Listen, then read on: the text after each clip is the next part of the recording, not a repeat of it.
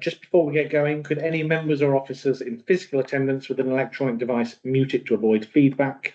And could remote participants please keep their camera and microphone off unless they wish to speak, as this can affect the quality of the meeting. As Janet said, this meeting is being live webcast and the recording stays on the council's website. I'd like to welcome everybody this evening to our hybrid Eastern Area Committee, including all those attending remotely. We've got the following Swale Borough Council officers in attendance: our Chief Executive, Larissa Reid, who's online, Head of Housing and Community Services, Charlotte Hudson, and our Policy and Engagement Officer, Janet Dart. I'd also like to welcome Dominic Deason, who's Chair of Trustees at Faversham Food Bank. There we go. Touching up by the minute. Take a seat. Alistair, there's plenty of room. We've got a number of other meetings going on today, so we're not in full body, but there are plenty of people here. Are there any representatives of parish or town councils who'd like to introduce themselves? See, there's a great number of Faversham Town Council are in attendance, but they're we don't like to introduce ourselves. No, known to us all, so we shall move on that basis. We also online have Councillor Beverly Farrell. And we've got Councillor Farrell from Orr Parish Council online. Welcome. And Councillor Winkles has joined us as well. That's fine. If you'd like to speak on any item, please raise your hand and I'll invite you to speak in turn. Equally to those online, we don't operate formal discipline here. We're open to any member of the public or parish council, so please ask and we will let you speak. If you are online, please remain muted and raise your hand and you will be invited to speak in turn. And Janet will have to give me a prod so I can see who to call. We shall get on with that. So moving swiftly on to item 1, emergency evacuation procedures. Please be aware of the evacuation procedures to follow in the event of an emergency. There is no scheduled test of the fire alarm during this meeting. If the alarm does sound, please leave the building quickly without collecting any of your possessions, using the doors signed as fire escapes, and assemble outside where directed. Await instructions before re-entering the building. Should anyone require assistance in evacuating the building, please make the Swale Borough Council officers aware of any special needs so that suitable arrangements may be made in the event of an emergency. Okay. Item 2, apologies for absence. Apologies. I have quite a few. Councillor Kieran Golding, Councillor Rich Lehman, Councillor Ben J. Martin, Councillor Claire Martin, Councillor Hannah Perkin and Councillor Julian Speed. Councillor Lloyd Bowen, I haven't heard from. I don't know if anybody knows whether he's sent purchase. But that's it. Thank you. Okay, thank you very much. So, agenda item 3, declarations of interest. Has anybody got any interests to declare on the items on the agenda this evening? No, marvellous.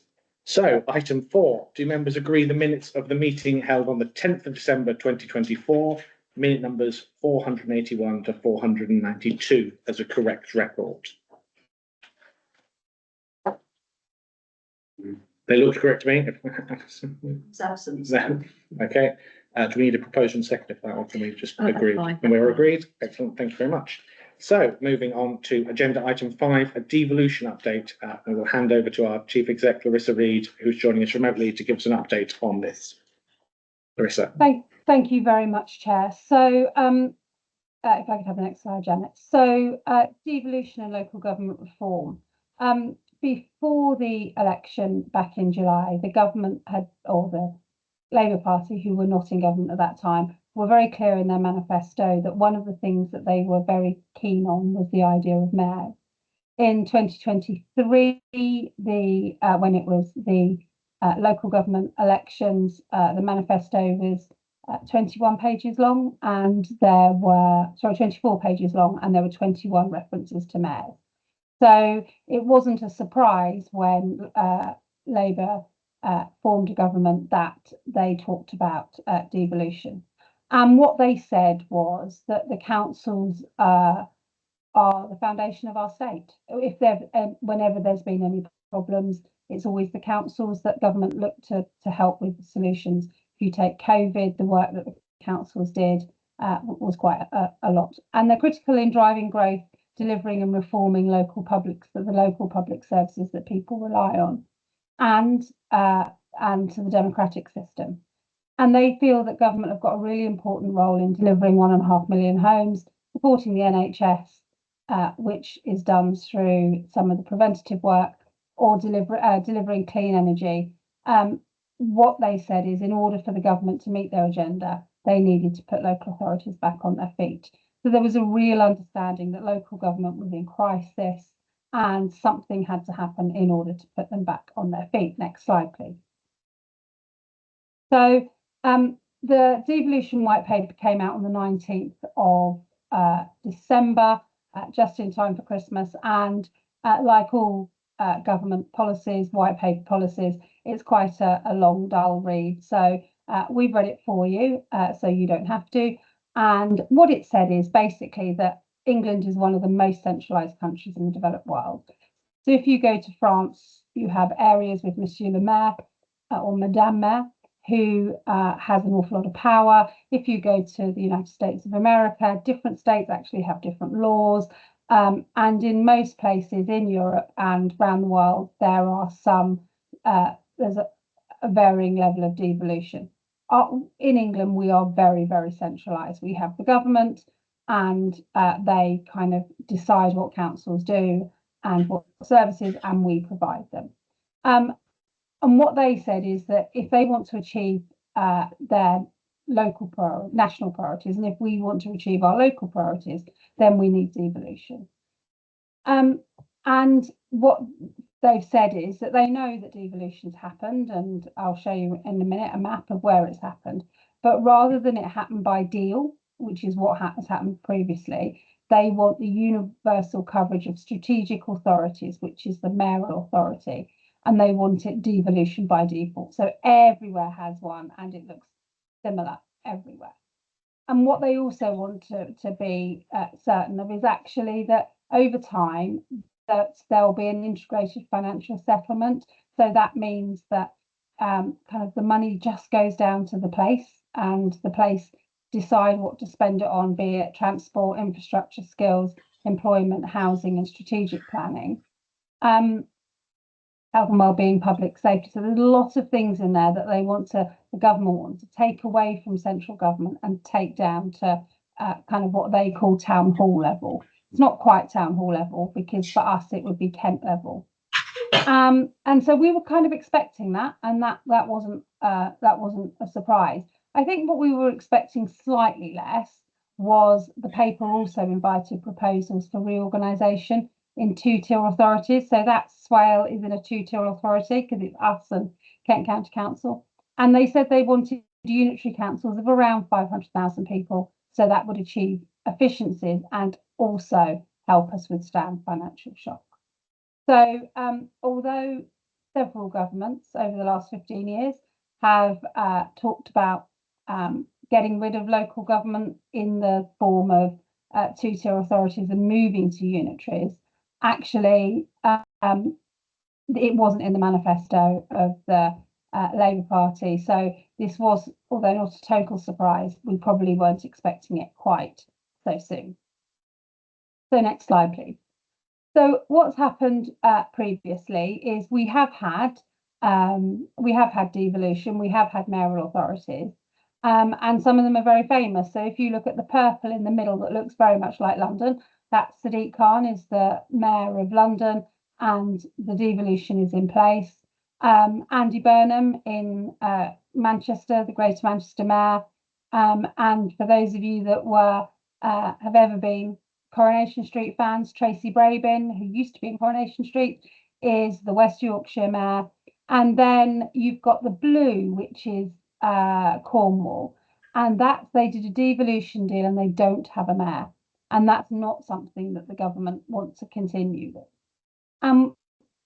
The thing about all of these different mayoralties is they're all slightly different because they were done piecemeal on a deal basis.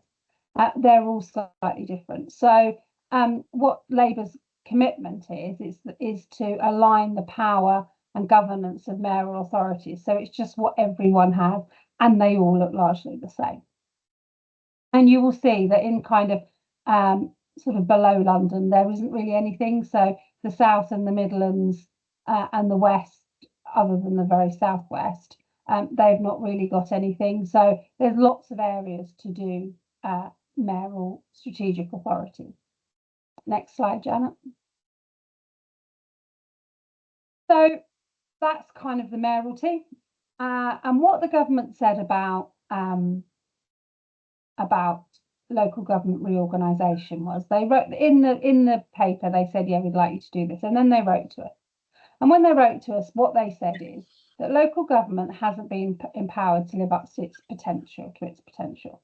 What they said is that because the way that we're funded, it's not really linked to anything very much. So you have some councils that have got lots and lots of money in the bank, and you've got other councils that are really poor. You've got some councils that have huge numbers of businesses because they want to go there. And Swale is one of those. We get a lot of business rates and a lot of business rate growth, the most in Kent. And then you get other places where they just don't have any businesses at all and they have no way of having income. You have some places that have put their council tax up and you have other places that haven't. And what they're saying is the link between the need and funding is broken. Often, where councils are really quite wealthy, they don't have the level of need either in adult social care or in our case, homelessness. And so they said that that's not right. And what they've then said is, because we spend so much money on the statutory services, and they're things like the counties, adult social care, education, special educational needs, and for us, it's temporary accommodation, the bin contract. Actually, what's happening is we're spending so much money on those, the things, the preventative services, and also the services that people like, such as youth services or libraries or community development. They're the things that are suffering, and they're saying that's not good. And what they said is, we need to restore trust in local government. People need to think that actually there is a clear line of accountability, and that actually they're doing what they're supposed to do and what's good for their residents. So that's what government thought about local government. So they wanted to reorganise to enable that to happen. Of course, they could just give us more money, and we have asked for that, but apparently they can't. So that would be another way of doing it. But this way, and I was asked last week, did I think it was a good idea? And I said, well, we all moan about KCC. We all moan to say, oh, KCC have stopped this and cut that, and they haven't spoken to us. Actually, if you don't have that, if we have one local authority for our place, that does give us more control over, how we spend the money. But it also gives us a few more headaches because we will be responsible for all of that spend. So, there are pros and cons for unitalisation. Next slide, please, Janet. So what do we know? Well, we know that we applied to be, so that when the government put out the paper, it said, if you want to be kind of quick off the mark with the devolution, you can join the devolution priority programme. And that was for people that could commit to having a mayoral election in May 2026 to have a mayor in place by 2027. And it only went to KCC and Medway for us. It didn't come to the districts. So what happened was KCC and Medway spoke to the districts and said, look, we'd really like to do this. And the district said, okay, we'll support you. So we applied for the devolution priority programme, but didn't get it. So that map that I showed you, everywhere from Essex to the Solent, Norfolk to the Solent, Norfolk, Suffolk, Essex, East Sussex, West Sussex, they all got it and we didn't. So that was a bit disappointing. But we do know that the government have said that they still want mayors in all places. It's just we're not going to be in the first tranche. And we also know that Swale is not disappearing anywhere. The council might, but the place won't, and the people won't, and the services won't. So we know that we need to do this right. We know that we will have a mayor eventually, and we know that local government reorganisation is going to happen. So what we don't know, and this is the bit that everyone wants to know, if you go on to the next slide, we don't know what does the unitary geography for Kent look like. So I've seen on social media, it's fine, it's going to be Medway and Swale and Gravesham and Dartford, that's going to be us. Well, no, because that hasn't been agreed. There's been nothing discussed to say that that's an agreement. I've also heard it say, oh yeah, no, what it's going to be is it's going to be Maidstone Ashford and Swale, because we share a bin contract. Okay, I can see that, but again, there's been no agreement on that. I've heard, right, well, we need to follow the health. So Swale will go to Medway, except Faversham, that will go in with East because that's where the hospitals are. And yeah, I could see that. But again, nothing's been in agreement. The government have actually said, well, we don't want you to split boroughs up unless you really have to. And then you need a good case of how you're going to do it. So what we've got to do is we've got to work out the geography. We know that leaders in Kent don't want a single Kent unitary. We know that they don't want two.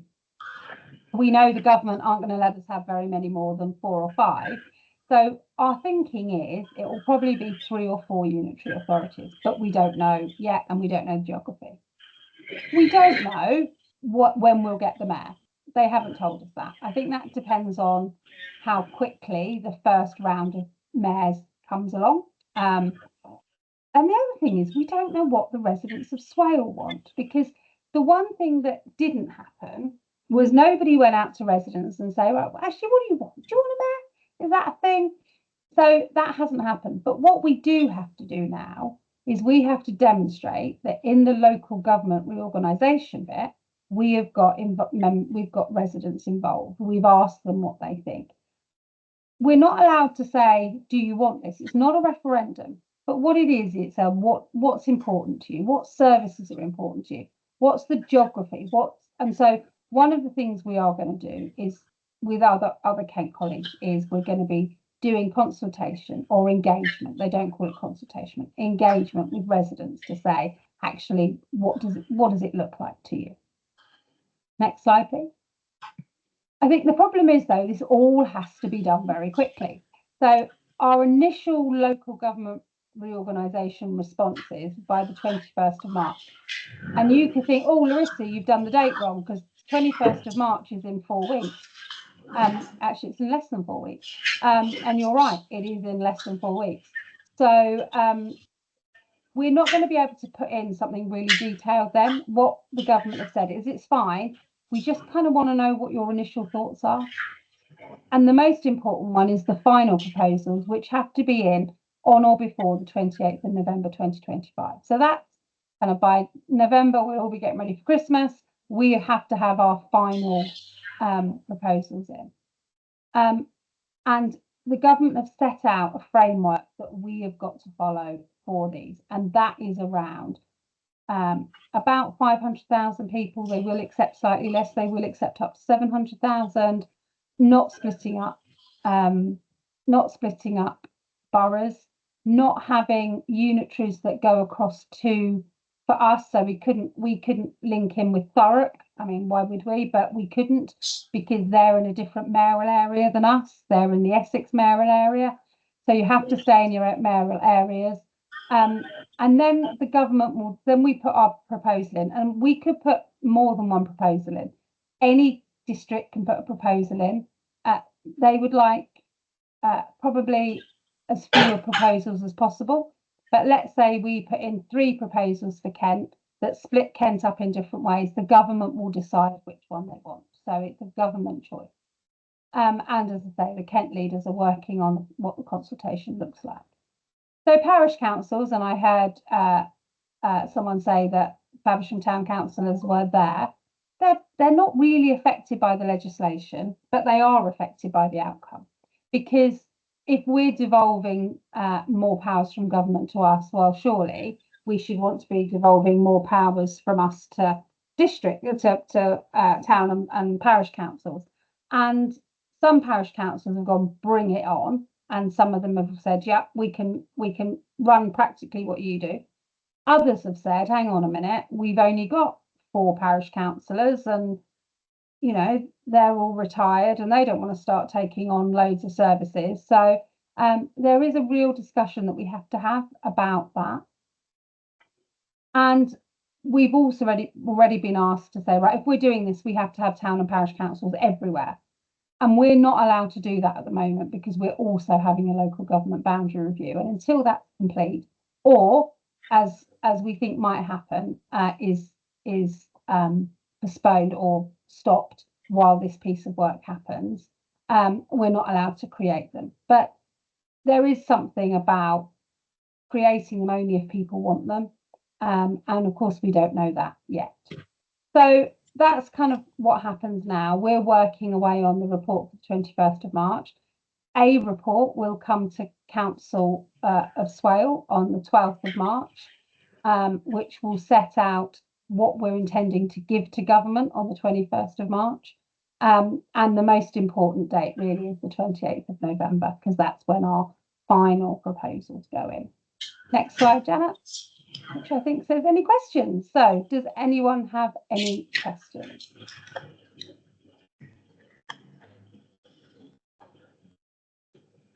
Can't see any in the room. No, that's absolutely fine. It's more of a comment than a question, but it does seem to be a very top-down version of the devolution. That the government will decide what to do, what the framework is, what's going to be in it. Yeah. So devolution, name it. So I think the process is very top down. I think they're doing that to try and get consistency. And also I think there was a fear that if they didn't do it like this, then the people that, you know, the people that were going to do it will have done it and others wouldn't. So I think that's a very fair comment. And a lot of the Kent leaders, the majority of the Kent leaders have been really, of all political parties, have said, you know, this is about services to residents, and the residents are the people that we're not talking to. So yeah, I think that's a very fair comment. But we are in the process, and there is the view that if we don't do it now, it will be done to us and we won't get a say. And so that's why the Kent leaders are all trying very hard to work together to come up with something that works for Kent.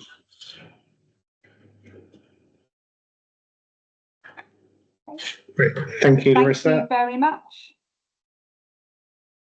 Thank you. Excellent. I'll leave the meeting now if that's okay, Chair. Thank you. See you later. Thank you very much. So we shall move on then to item 6, the Faversham Food Bank. I'm sure Janet's just sorting a new slide.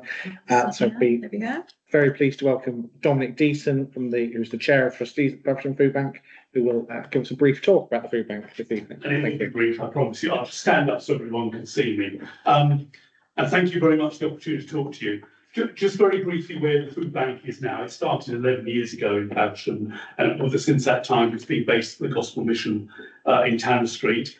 If anybody hears of a possible new location for the food bank, because we've been looking for some time now, nothing against the Gospel Mission, fantastic people, absolutely lovely, and we couldn't exist probably without them, but we've outgrown it, which is somewhat regretful, but demand keeps rising, as it is for all food banks across the UK. The principle behind a food bank, as I'm sure you're aware, is very, very simple in terms of wonderful communities like Faversham, and Faversham is very generous, provides food, donates food to the food bank, primarily through the 3 collection points we have in the 3 local supermarkets, Aldi, Sainsbury's and Tesco's, where at least 95% of our food comes from through those collection points. We then take that food and give it to people who, for various reasons, and if you spoke to 100 of our clients, as you can imagine, there's 100 different reasons why they're in the situation. There are obviously themes that apply to them, particularly mental ill health and so forth. And those clients are referred to us by various agencies. Some of the clients come to us direct and prefer referrals, and I'll explain why in a moment. So the food banks are very, very simple. People give us food, we give that to vulnerable people to support and help them through food poverty and in its very various forms. What food banks, and we're affiliated to the Trustall. What used to be until very recently, Catholic stopped saying Trustall Trust. For some reason they dropped Trust, they're just Trustall now, and which is the largest organisation for food banks. There are various ones, but Trustall by far the biggest, and we're an affiliate of theirs, as are a great number of other food banks, as is Swale Food Bank, which covers Sittingbourne and the island. And come and sit down.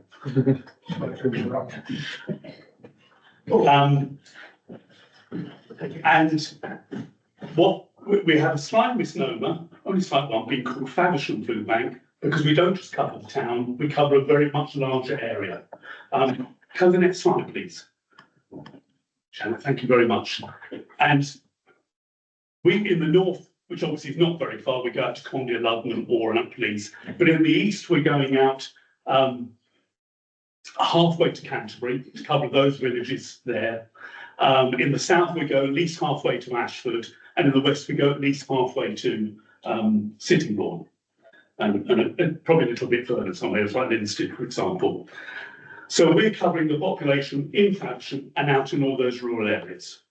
We've always had an ethos at the food bank. We like to see people face to face. That's not true of all food banks, but to us, that's extremely important. Because to us, it's about building relationships, it's understanding our clients, it's understanding their needs, and if possible, referring them to other support and maintaining that contact for as long as they need support, and including finding food. And as I interrupted myself earlier, this is the common theme amongst food banks. A lot of food banks are starting to do this. And we very recently employed what we call a link worker with the help of Trussell, and we're working with Portshite on this as well. And that link worker sits in the food bank, and the food bank will be open tomorrow afternoon. I'm there myself, and the link worker, client-facing volunteers, of which I'm one of the moment, actually deal direct with the clients, will say, would you like to talk to Dawn over here? Because we try to have conversations with them, not just about the food they need, but about their situation and what support, if any, they're receiving. If they're not receiving any support, how we could possibly help them with that. And Dawn will go and have a much more detailed discussion, and often she'll have a discussion with them in following days and get to know and build that relationship, which is very important. So that's one area. The other thing is, why I've talked about rural locations, we think we're doing a pretty good job, he said big-headedly, in Faversham. What is a real area of concern for us? It's out those rural locations. As we all know, public transport in rural locations has suffered a lot in recent years. We know we've got the hopper bus, and that's made a big difference to some of our clients. But the further you go out, particularly when you go out to the extent of our area, the furthest reaches, we're really concerned we're not reaching people. We do provide deliveries, I hasten to add, for people who are generally housebound, and that's people in Faversham and out. I mean, I know tomorrow we've probably got deliveries going out to somebody in Eastling, somebody in Selling, somebody in Bolton, and Tenham, and there probably will be others. But as I said earlier, a moment ago, we much prefer people actually to see people face to face. So what we're looking at now is the possibility of actually starting up of doing a mobile food bank out to some of the rural locations, whether it's Bolton, whether it's Tenham, whether it's Eastling, wherever there's a need. But that's where we need help and assistance. We don't have the knowledge on the ground as to where the best places are to go, where the real need is. Sorry, Janet, could you do the next slide? And it is things like, is there a need? I think there's a need. Josh Rowlands, who tells me he's the mayor of Faversham, who's one of our staff, tells me there's a need. But before I go back to my trustees and say, yes, we should be doing this, and I need X budget to do it, I need some evidence to prove that it is. We're very much, we'll try things and see, and sometimes, we try different hours at the food bank, and we think, at one point we thought there was a real need for an evening session. We did that for like 18 months, and it was a complete flop. So people seem to earn the afternoon sessions. We've also talked about doing weekend sessions, but again, there's not a lot of enthusiasm from my clients. But we try and obviously match our service to what has the biggest bang, as it were, what has the most effect. So it's identifying locations and facilities, how frequently we will take the food bank out to these other locations. Transport we've got covered because we've got a food bank van, that's works very well between our various warehouses we have around Faversham. So what I'm going to hear a little bit is if anybody wants to feed into this and help us with and talk to the right, with Josh, obviously, with his knowledge, he's already started giving emails to a lot of people. You need to be talking so-and-so now. You need to be talking to the community warden. You need to be talking to this clerk, to this parish council, and that kind of thing. And at the moment, I'm very much doing an information gathering exercise. But I also am prepared just to try things a bit and see how they work. And so we know nothing like before, so we're in a learning. Trust us give us a lot of information and background, because obviously there are other food bank students who operate particularly over much wider areas, rural areas than we do. But that's it. But if anybody's got any questions, sorry, next guest, thank you very much. That's me, Dominic Deason. That's also my email address if anybody wants to get in touch with me later. And thank you very much for your attention and time. But if anyone has got any questions, very happy to answer.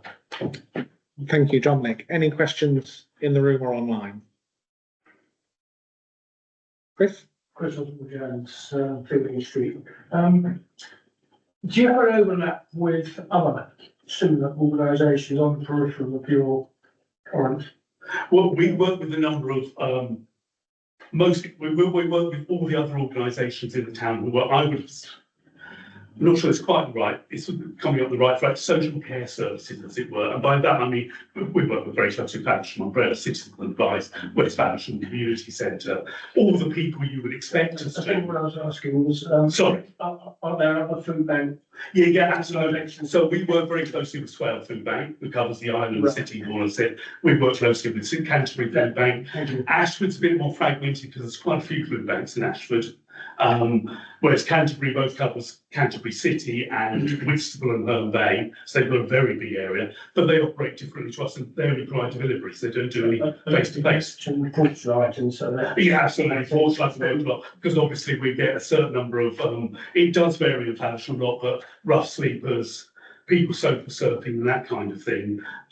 So we're both talking to the Swale housing team, we're talking to Porchlight all the time, and we have got very, admit also a bit, I was a volunteer myself at Porchlight and I was a trustee at Porchlight for 8 years. So I'm obviously quite into them a bit, but that's regardless, you know, they're a very important agency for us. So your area that you outlined, like Linstead, peripheral, that would be your limits, you wouldn't be stretching beyond that. No, because we're treading on other people's territories, we were. Swale Food Bank has their area, they're very carefully delineated, so we don't. And occasionally we'll get somebody from that bit further past instead, or even in Sittingbourne, who will come to us and we very gently say to them, you need to go to Swale. And we talk to Swale about linking up with that person and. Thank you. Thank you. Yeah, Carol. Yeah, Sharon. do people feel, is it easy enough for them to get a referral for somebody who's in need? That's a complicated question, a very good question, but it is a bit complex. We don't get to a lot of people we should do for a variety of reasons. One of the main ones is stigma, unfortunately. People coming to the food bank, yeah, absolutely. And I hate to say this to the man, but it tends to be along gender lines. Women are much more likely to. We do have situations in families, for example, where I've had a couple of clients in the last 6 months. Women have come to the food bank and they say, I'm going to get in trouble when I get home. Because I said to my partner, I'm going to the food bank, so we haven't got enough food in the house for the children. And the partner said, no, we're not accepting charity.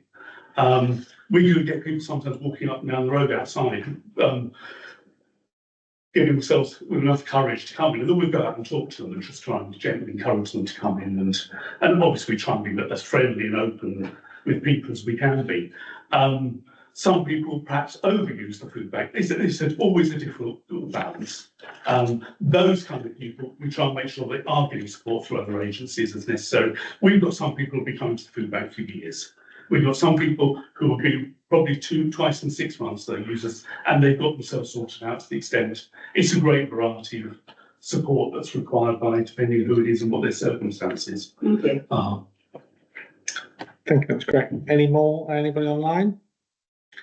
No, well, we can certainly put in the minutes that request that particularly our rural councillor Thompson and Gould obviously do represent the villages, but we're missing many of our village councillors this evening. So we'll make sure that's minuted, that they should reach out with some feedback if at all possible. Be very welcome. Thank you. I was just wondering also if you've linked in with sort of cost of living partnership at Swale Council, because there might be some data that might be able to support it, like benefit claim data or something. No, we haven't. That's very helpful. Thank you. Yes, so certainly we can take that away as an action and get Sarah Jane Bradley to get in contact with you. Thank you. Just thought on this. Yeah, go ahead. Is there a little pro forma that could the parish councils that we could send out, and then they might think of somebody maybe or name would be. That's exactly something I'm planning on doing. Yes, I have not there yet, but we're literally at the very beginning of this process. Okay. Thank you. Great. So before you go on to the next, By all means. briefly, apologies for bailing out, I just couldn't cope with the volume, it's painful. Understood. Sorry, We have turned it down. Yeah, I did If try to anyone turn it else down, is but coming in online, is that the maximum? Well, nobody else has sketched to speak deliberately. Obviously, they might ask a question. no, but yeah, that's right. I'm the last Yeah. speaker, and so it might just be your question online. Apologies for that. I'll Okay. see if I can find out how I can turn that down a bit better. Understood. Thank you. So, sorry, anything else on the food bank? No, fantastic. Well, thank you very much, Dominic. You are welcome to stay for the rest of the excitement, but you obviously can also go home if you entirely up to you. So we should move on to item 7, the waste and street cleansing scrutiny review. Janet's going to give us an update on the waste and street cleansing scrutiny review. So good evening. So members have asked me to give you an update this evening on the waste and street cleansing scrutiny review. Bear with me because I'm multitasking and there we go, clicking through at the same time. So to give a bit of background, in July last year, the Environment and Climate Change Committee agreed that a scrutiny review should be carried out on the mobilisation of the new waste and street cleansing service for Swell following the period of disruption. It's also good practice at the end of any major project to carry out a review, but in this case, members felt that it should be carried out as soon as possible so that residents could have answers to questions about what had happened. A scrutiny panel was set up, which was cross-member scrutiny panel. It was formed with 5 councillors and they carried out the review. Between August and November last year, the member panel held a number of workshops and meetings with key officers and representatives from Suez. So the workshops were themed and focused on resources and staffing, data and rounds, contract and project management, and communications. The panel looked at key information, which included items such as tender documents, risk registers, mobilisation and recovery plans, and officer and member working group notes. In September last year, you may recall that we came to area committees, members came to area committees, and also the local council liaison forum were consulted, and their feedback was also fed into the review. A public consultation was launched on the 3rd of September and closed on the 2nd of October. And there were over 2,000 responses received. Those responses were fed into the review. And all Swell Borough Council members also received a survey and questionnaire to find out how individual wards were impacted. So following the panel's investigations, members developed a report which summarised their conclusions about the root causes of the problems at the start of the new waste contract. And they also agreed 23 recommendations so that learning could be carried forward. The recommendations covered areas such as training, contract monitoring, resources, data, the impact of new housing developments, vulnerable properties, ongoing scrutiny and communication.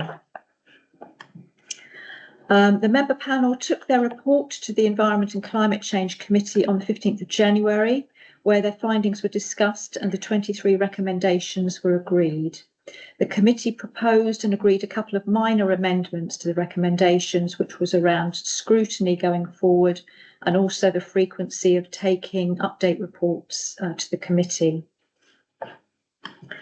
So the purpose of this presentation this evening is just to make sure that residents and parish and town councils are aware that the report has now been published, and you can find it on the Swell Borough Council website, either using this link or when you go onto the website, if you type into the search bar waste scrutiny review report, that will also take you to the right to the website with links to the report. It's quite a lengthy report, as it includes summaries of all of the consultations that were carried out, but there is a summarised version which lists the recommendations, if anyone would prefer to read that. And I do have, for anybody who hasn't got access to the internet, I printed some copies out tonight, so you can take some of those away if you like. It sets out all the recommendations and an explanation behind each recommendation. So does anyone have any questions? I can answer them on the scrutiny review process and the report, but probably not on any issues with the current situation. I'd have to take those questions back. Thank you, Janet. Any questions? Chris?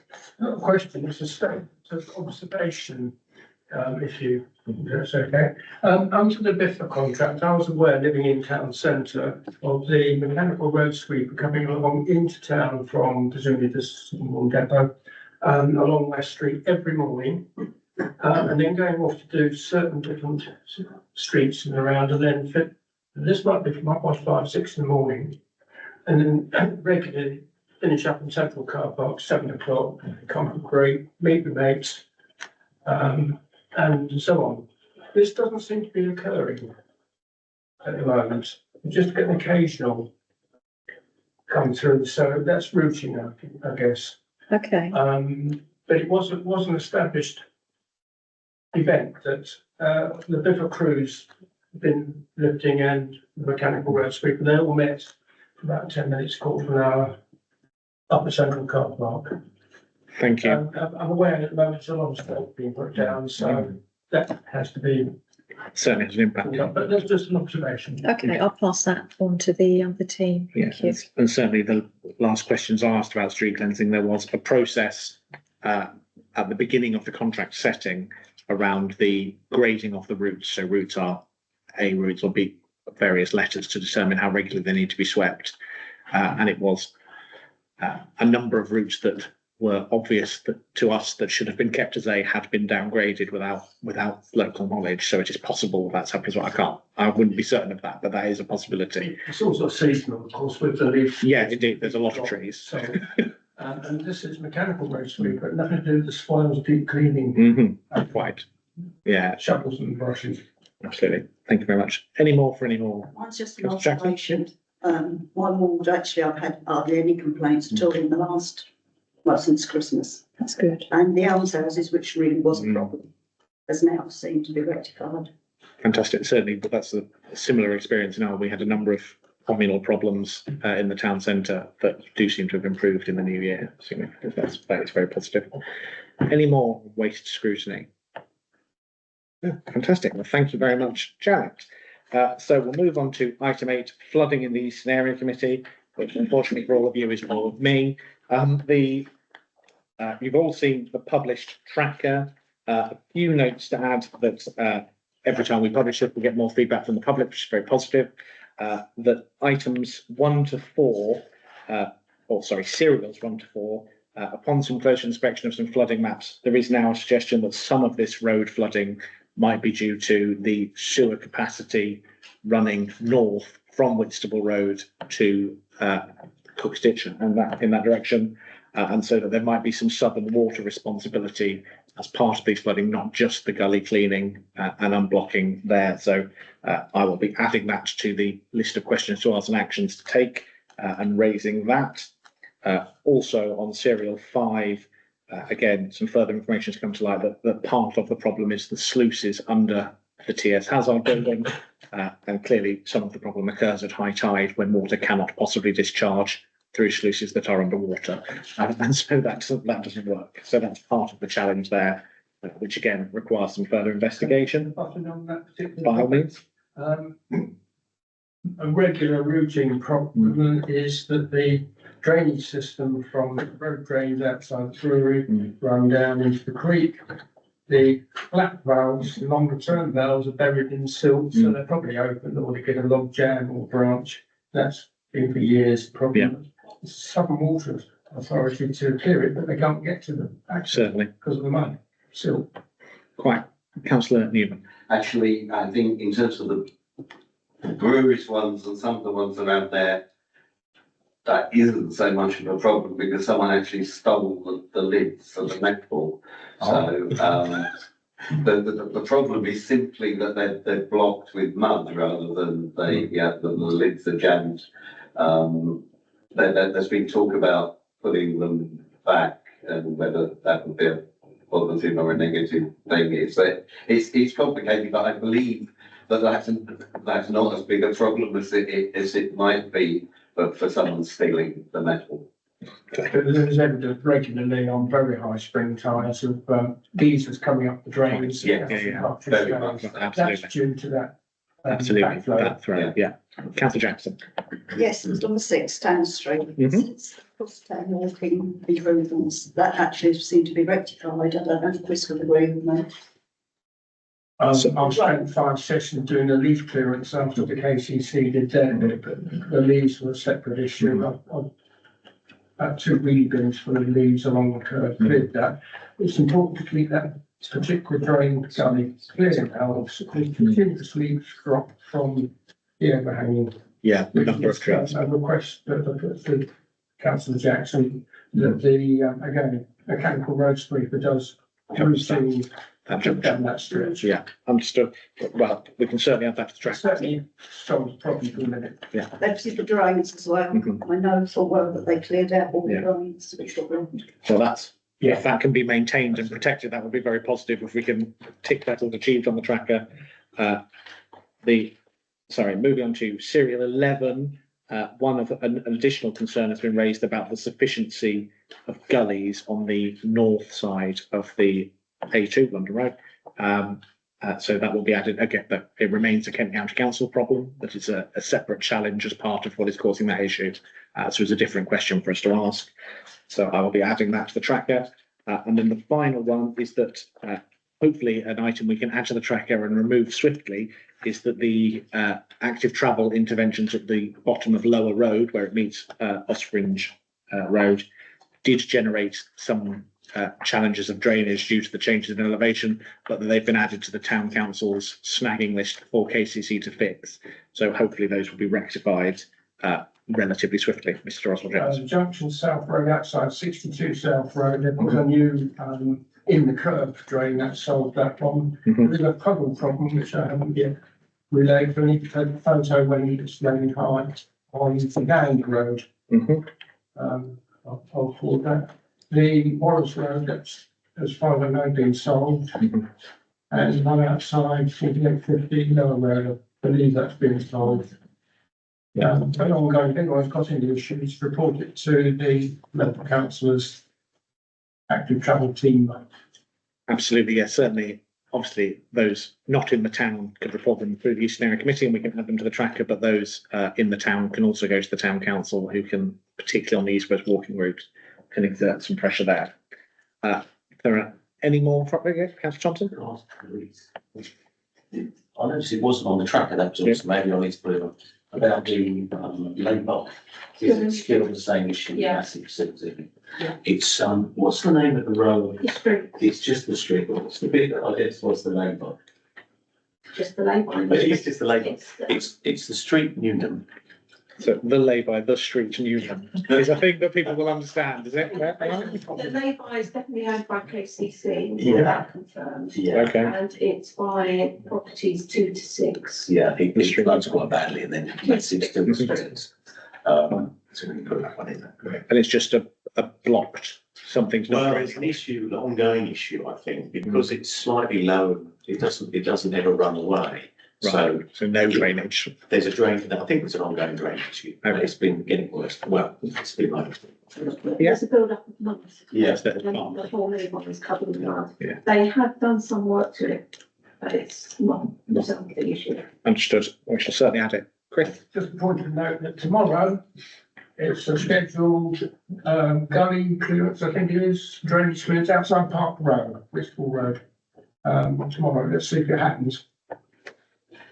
That's the Wistful Road. We live in hope. Such things. Any more on flooding? No, sorry, I'm not looking online. No, I will update the tracker with all of those and obviously we will reissue it ahead of the next area committee, hopefully with some progress, but certainly to keep an eye on what's going on. So agenda item 9, matters arising. You will hopefully all have seen the matters arising report, which broadly boiled down to I have sent a number of emails and have received broadly no responses. To simplify a whole series of issues, that's basically what happened. So if anybody's got anything to add or any questions to ask on the matters arising, please do so now. Was that me? No, your next one. Oh, that's right. Or after, you can basically go when you like, Terry. No, if we're all happy on matters arising, we shall move to item 10, public forum. Are there any members of the public who would like to ask a question or raise an issue to be either discussed now or considered on a future agenda. So I've got councillor Thompson and then councillor Crayford. Oh, wonderful. Yeah, she's bringing up a proposal which is currently informal, but we want to make people aware of it once we get to a point where we identify it as a group, and how we're moving forward. It's basically interconnecting or reconnecting the forests between Challock, which is through Perrywoods and then into the Blean. So reconnecting the Blean all the way through to the top of the downs by the AONB. And the proposal would be extending the size of the AONB or the national landscapes to incorporate that section that runs across the sort of Alistair area. So it would cut across. The AONB runs out just at Selling. So we'd be looking at taking it on from Perrywoods down, across Upper Ensign into the east part of the Blean, across the top of Dunkirk Hill, and then a bridge will be identified for a wildlife crossing at 3 potential sites at the moment, and then connect then to the central Blean and the eastern Blean. So, and that would also incorporate Victory Woods and Sweeping Round. So it's a very large area, but that's what we're proposing moving forward, but there isn't actually an identity of it yet. So I can't go, here it is. But after the 10th, 11th and 12th, we've got 3 meetings in a row. We should have a conclusive plan. And it's whether, as an Eastern Area group, whether we think, oh, it's quite a nice idea, like to move it forward. Because we'd also like to identify whether we want to put it forward as a sway initiative along with Ashford and with Canterbury. So whether the councils themselves would be interested in taking it on as an initiative going forward. So that's the rough that one proposal. So I just sort of make people aware of it. So when information does come, we've got an idea of what it might be about. I think that certainly sounds very positive, and I think would be an excellent area committee agenda item for 3 months' time. Yeah. Before we next meet. Well, that's what I thought I'd bring it up now, because I have to do a presentation to National Landscapes in July. Yeah. So it's fairly short notice. And if anyone wants to have a quick look now, I do have a plan that we've roughly done, but it's in form at the moment, but happy to show it to anyone who might want to. Sounds like, sorry. Yeah, through you, Chair. If you get in touch with me before June, and let me, well, probably May, get in touch with May when I'm actually putting the agenda together, and let me know if you want the item on the agenda and what you would want to include, presentation and so on. Sorry, Chris, is it about this item or a separate matter? Okay, go down. Terry, you mentioned the Edinburgh councils. So is this Kent Wildlife? No, it's purely, funny enough, it's mainly green passing initiative, actually, funny enough. But, yeah. We won't hold that against you. So it's a group of independent people putting it together. What we hope is that it just isn't us, and that the borough councils will hopefully get involved. Take it forward to a consultation process. Yeah. We've got very short notice, we've got very short notice to have to do the presentation, which can be informal in a way in July, because that's just the time frame we give to extend the national landscapes. It's the National Landscapes body that decide that. Yes, yeah, and unfortunately, there isn't a formal process to expanding the national landscapes. There's a rough formula, but there's no formal process. So therefore, they've said, here's what we'd like to see, but there isn't a set formula. So I think there are something like 20 or 21 applications being put forward for July for extension of the national landscape within the Kent area. A lot of them are quite small, whereas ours is quite a big project. So, yeah. How does this tie in with the local nature recovery strategy? The areas that have been identified as. A lot of it does actually, yeah. So I think there'll definitely be some crossovers. But when we looked at it, it's a bit like the bio-link and expanding the lean. But I hadn't thought, actually, let's try and encompass it within national landscapes, because they want to try and protect the lean for the increase of the bio-link project.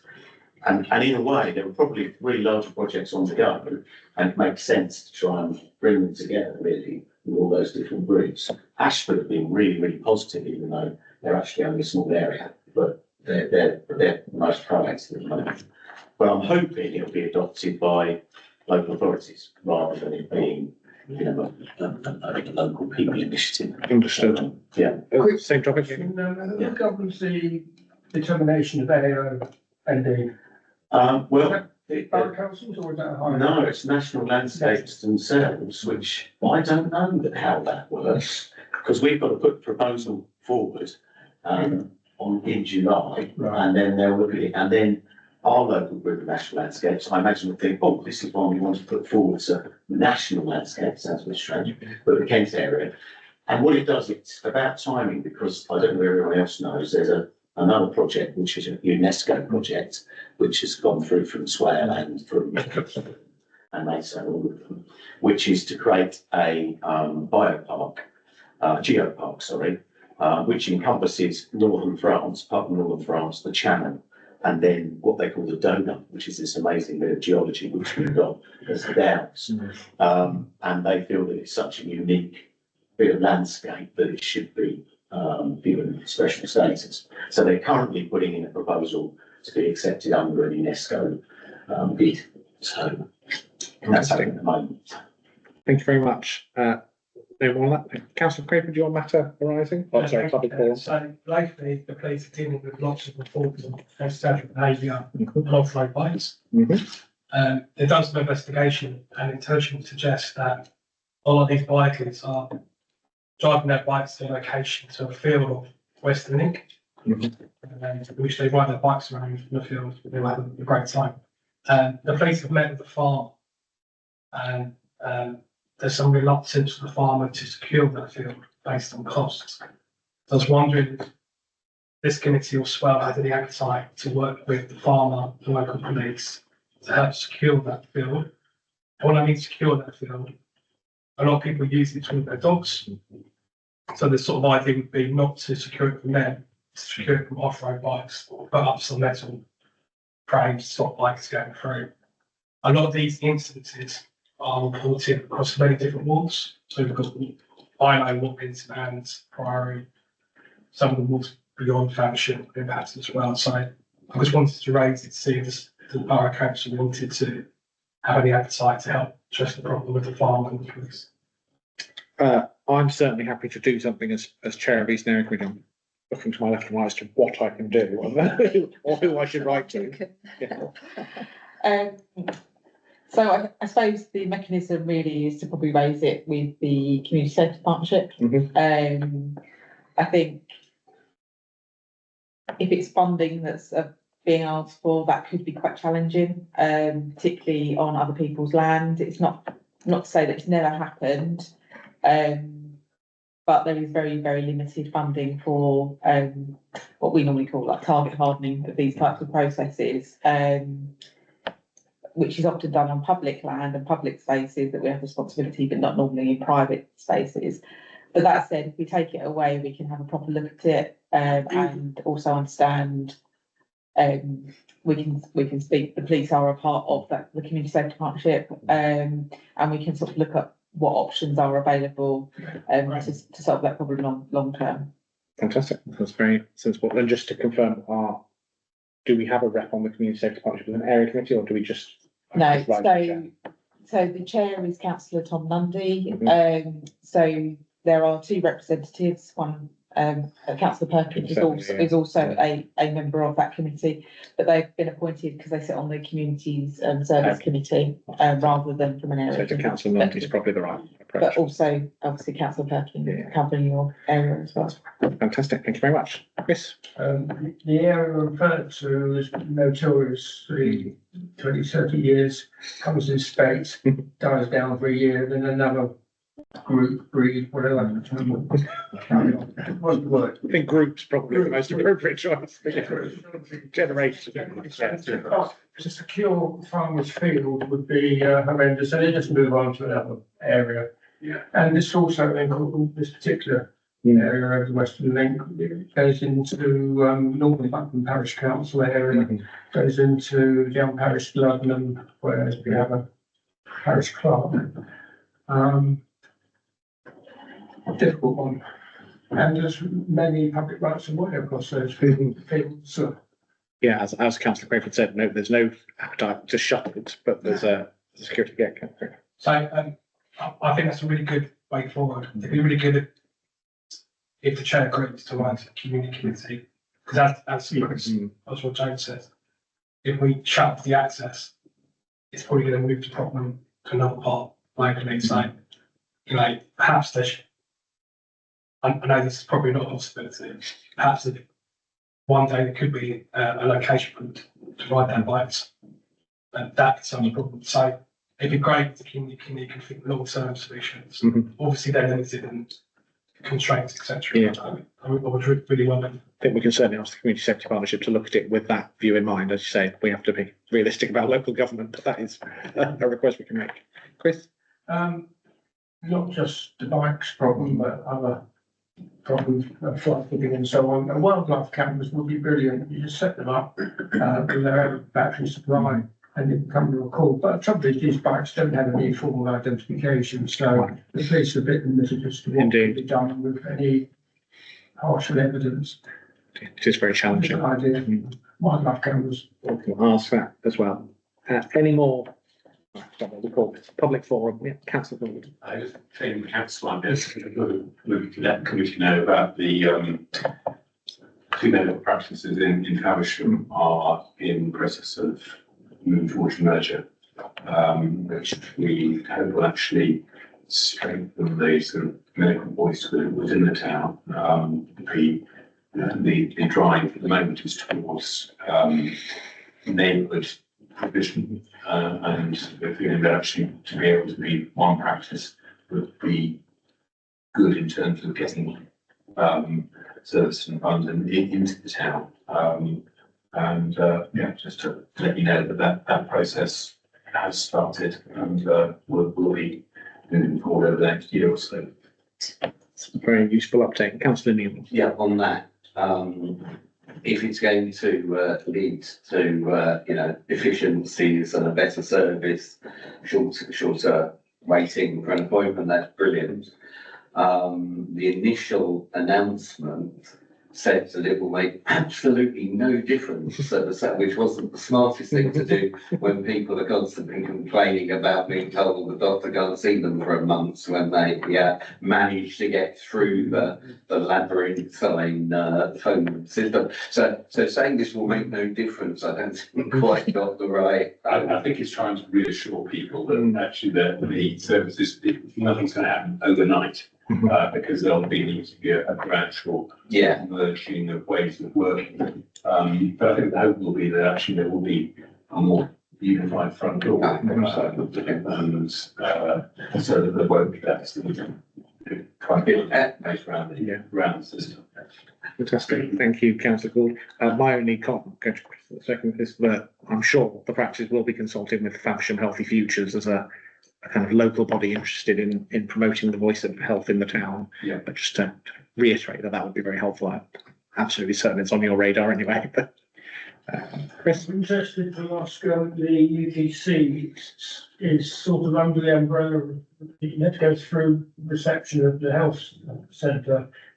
Is this being incorporated into the? Well, the UTC is currently run by Medical Practice, and that is slightly separate from it. It's excellent service. It's a separate contract from the General Medical Services contract with Medical Practice. It does mean that there are sort of lots of different ways in to people to some extent, the benefits of merging will be that actually there'll be better access perhaps across the town to the UTC, and that's the same day activity. Same umbrella. Yeah. That's the plan. And the UTC will not be affected directly. Fantastic. Thank you.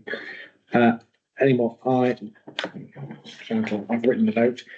We did have one item emailed in from a member of the public about the dumped ship hulk. Is that the correct word? We referred to it as. No, not that one. Hulk. It is hulk dumping. Don't think a ship hulk dumped at the bottom of Abbey Fields on that land there, which as with many of the emails I send unresponded to, is a planning enforcement issue. So I will add it to our list of things to talk about on that front. But certainly that is an eyesore that is unnecessary and should be avoided if we possibly can, and has been raised by a member of the public. And I know Councillor Perkin has done some work on it, but if we can lend our support to Eastern Area Committee, I'm very happy to do that. There's no more public forum items. Move on to item 11, reports and updates from parish and town councils.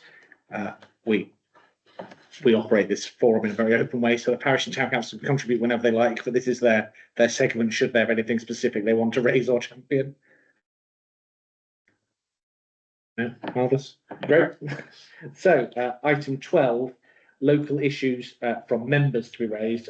This is a slightly artificial separation, but it's how we do it for the committee. So any members of the area committee would like to raise any local issues? Councillor Jackson. Mine is the drug houses that are really all around the town in all the different wards. And Steph, I think, no, Steph, was it Charlotte? I got in touch with Steph. Yeah, that's correct. Yeah. I'm really concerned now about one which police officers have known about before I was ever elected, because I brought it up at the Guildhall. It's been operating for years. Everybody in the town who's local knows about it. Even people in your ward have said at the police meeting, the police know about it. So my main concern is at West Faversham at a trustees meeting, it's now 12-year-olds that are going off to buy their cannabis. So it's the younger generation, and then it's shoplifting, what goes on, knocking on from that. And I'm just wondering, all I get back is, well, we need more residents. We need residents to come forward. Residents won't come forward. And when one did and got pictures taken of them actually digging through the windows, it was in a... So I'm wondering, you know, what can we do about these drug houses? And I know it's in your ward. Certainly there are, I'm sure, problems across the town, but certainly we're aware of locations in Abbey Ward as well. Is that a community safety partnership thing we could do as well? Yeah, absolutely. I think the challenge is obviously enough evidence to either get a warrant or make a prosecution, and that sounds like that might be the issue, but it's certainly something we can raise with the police to at least understand, so the local community know routes. Obviously there is Crime Stoppers where you can report anonymously, but it is about the quality of evidence, isn't it, rather than a lot of hearsay, which is what, if everybody knows and everyone talks about it, it's not, they can't prosecute someone off the back of that, or even potentially have enough for statements and other warrants and stuff like that. So we need to speak to the police and find out what their strategy is around that.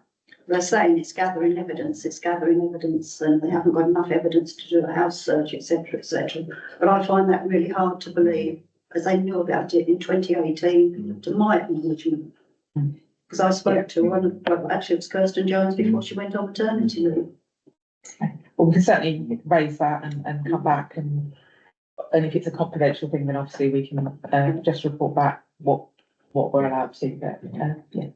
I'm assuming all on this topic, so I'll go with the order I saw. Councillor Newman, then Councillor Crayford. Yeah, I mean, this obviously is a very, it's important, it's very difficult. I find the attitude of the police problematic.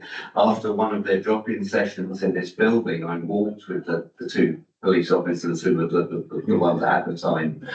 We walked down Preston Street into the Market Square, and I said, there, those two people, they are drug dealers. And when I go, well, how do you know? I said, stand here for half an hour and watch them. They are. Everybody knows. I've seen it, you know. And they say, well, okay, we'll make a note of that. And you know, for weeks afterwards, the same two characters were still hanging around. You really can't make it easier for the police. Tell them where the properties are, tell them who the people are. I don't get it. It really is a problem that needs sorting. Not around the arguments about legalisation of drugs. It's a criminality that comes off of it, that surrounds it. The same people are shoplifting or encouraging other people to shoplift to pay them for the, you know, it brings the whole town down. Absolutely. Councillor Crayford and then Chris. I was just echoing both comments from both councillors. Is there another way of dealing with this issue? Is there an opportunity for the council, if these properties are meant to deal with the owners and the landlords of these properties, then going into police, and do the council have any opportunity or powers to deal that way with the issues? So depending on their tenancy terms and, you know, and particularly if they are either with a private sector landlord or with a housing association registered provider, there is generally always clauses around antisocial behaviour and criminal activity.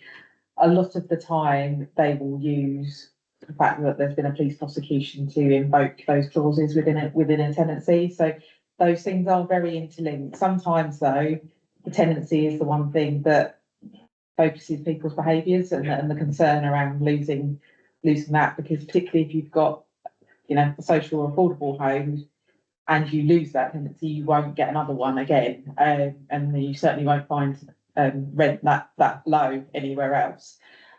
So that is something that's very important to people. And again, the main housing association, Southern Housing, are linked into the Community Safety Partnership. They have a seat at that table.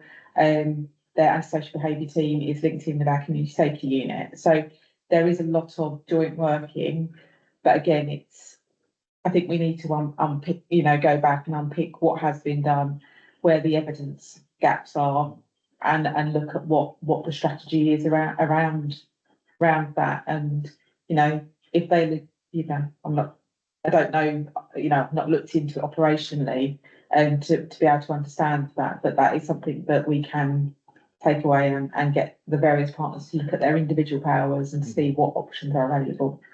We have had meetings, Councillor Saunders and I, with the MP, even over this matter, when Julie was a councillor.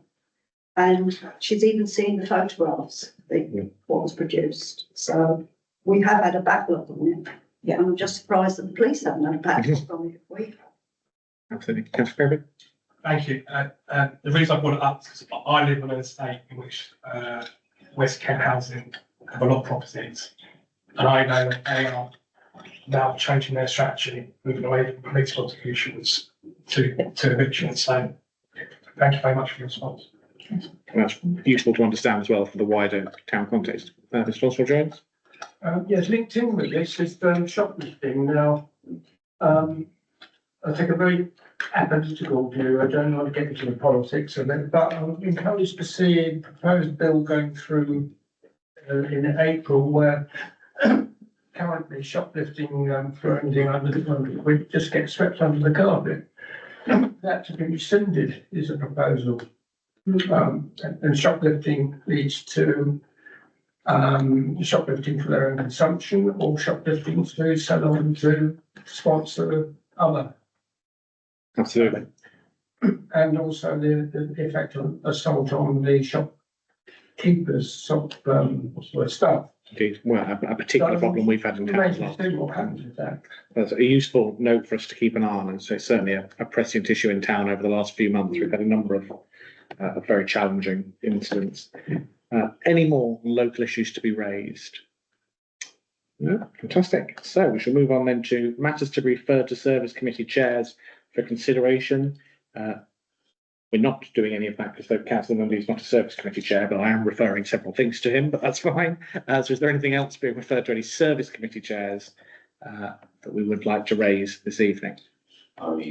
Same one as last time. I think would that be the right time now? Yeah, do planning. About enforcement of land and yeah. So, I will resend my list of planning enforcement concerns. Just planning enforcement team and the chair of planning. That's fine. Any more on service committee referrals?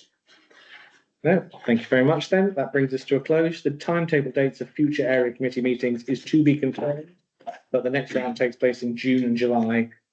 Sorry, Janet. I just wanted to ask a question on venues. I just wanted to see what people's views were. This year we have just held the meetings in the Alexander Centre, fairly central, I know.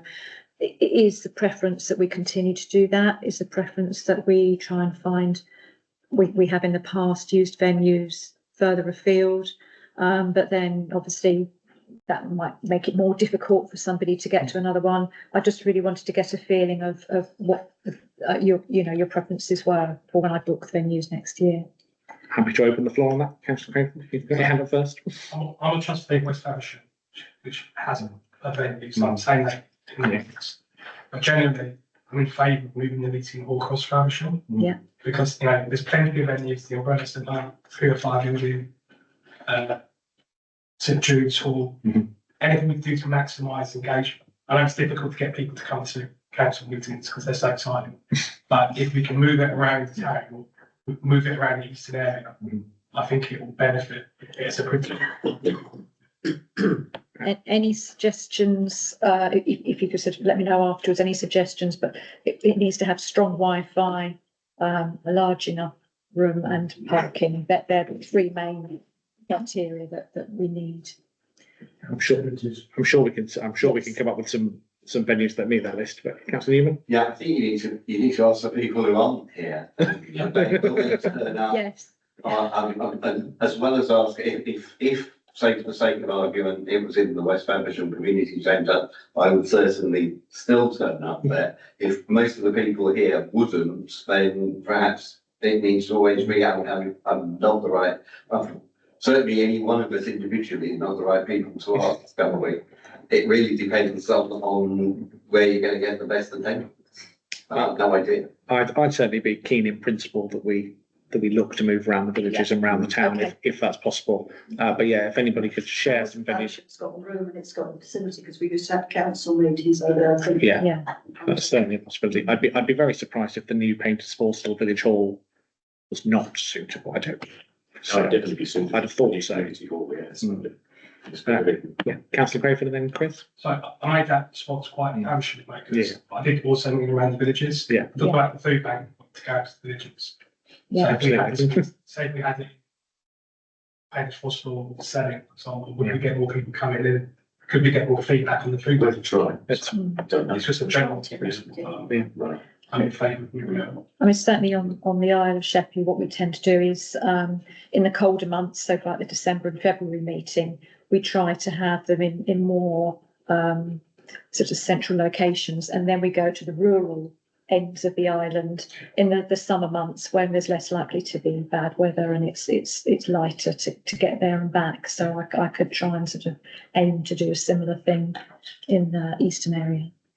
Seems just an internal logic to that. That ties in with my thoughts that it's chicken and egg really, isn't it? If you get up to Painters Forestall, you may get local villagers, but you may not get people from Bolton or village, you go to Bolton, vice versa. Yeah, we can only try. We don't have to do it. We don't, if it doesn't continue to not work. 10. We did try 10 months, yeah. I think that unfortunately it wasn't that successful because there was I think an accident and people couldn't get to the country road. Yeah. That's not right. It was a good venue, so it was just unfortunate. Right, so perhaps not. We were not favoured in that decision that time, but we can try again. Sorry, I didn't really close the meeting, so I'll try harder. The date of the next meeting will be in June and July. Possibly the venue will be confirmed as somewhere different as well, which will be a very exciting show for us all. And that will all be circulated by email. So we look forward to seeing you all then, or other meetings in between. So I'm closing the meeting. That's 2018 this evening. Thank you very much indeed, and safe travels home.